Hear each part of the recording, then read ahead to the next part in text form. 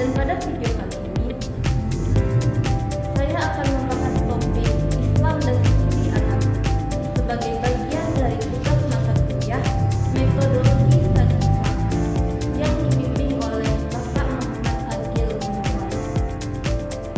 Yang pertama, ada pengertian Islam.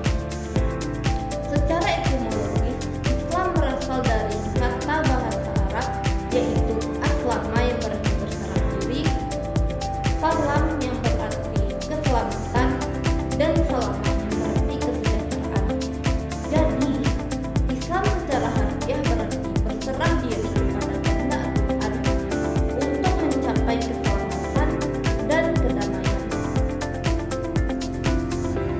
Sedangkan secara terminologi atau istilah, Islam adalah agama wahyu, revealed religion, yang dibawa oleh Nabi Muhammad yang berhentikan ketauhidan atau pengesahan Allah, berpedoman pada kitab suci Al-Quran dan Sunnah, serta bertujuan untuk mengatur hubungan manusia dengan penciptanya, hablum minallah, dan dengan sesama manusia, hablum minannas, serta dengan alam semesta. Yang kedua, ada universalisme Islam. Salah satu karakteristik utama Islam adalah klaim universalitasnya. Islam ditujukan untuk seluruh umat manusia tanpa dibatasi oleh ras, suku, bangsa, ataupun status sosial. Hal ini tercermin dalam konsep rahmatan lil alamin, rahmat bagi seluruh alam, dan menekankan bahwa kehadiran Islam membawa manfaat dan kesejahteraan bagi semua ciptaan, bukan hanya bagi umat muslim saja.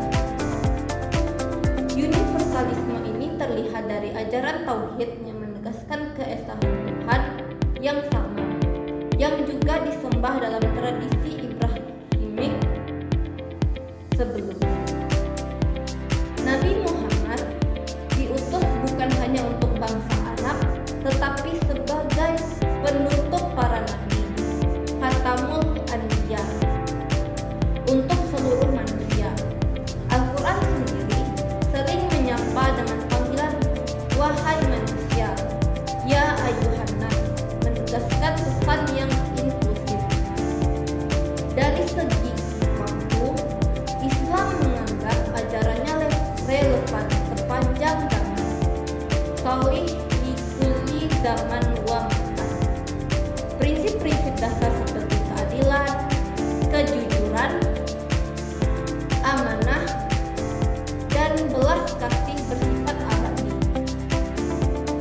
Mekanisme ijtihad atau penalaran hukum memungkinkan para ulama untuk menjawab tantangan kontemporer dengan tetap berpegang pada sumber yang tepat.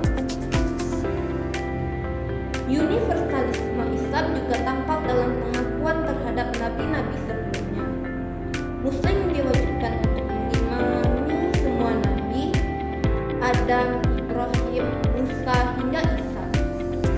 Ini menciptakan garis genealogis spiritual yang menghubungkan Islam dengan sejarah panjang agama-agama samawati, sekaligus menegaskan kesinambungan dan penyempurnaan wahyu.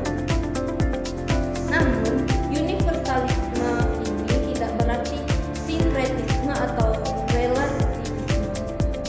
Islam tetap memiliki konsep teologis dan hukum yang definitif. Universalitas lebih dimaknai sebagai kesediaan untuk berdialog, hidup berdampingan secara damai, dan menyebarkan pesan moral yang luhur kepada semua, dengan tetap menjaga identitas dan prinsip keyakinan ilmiah. Yang ketiga adalah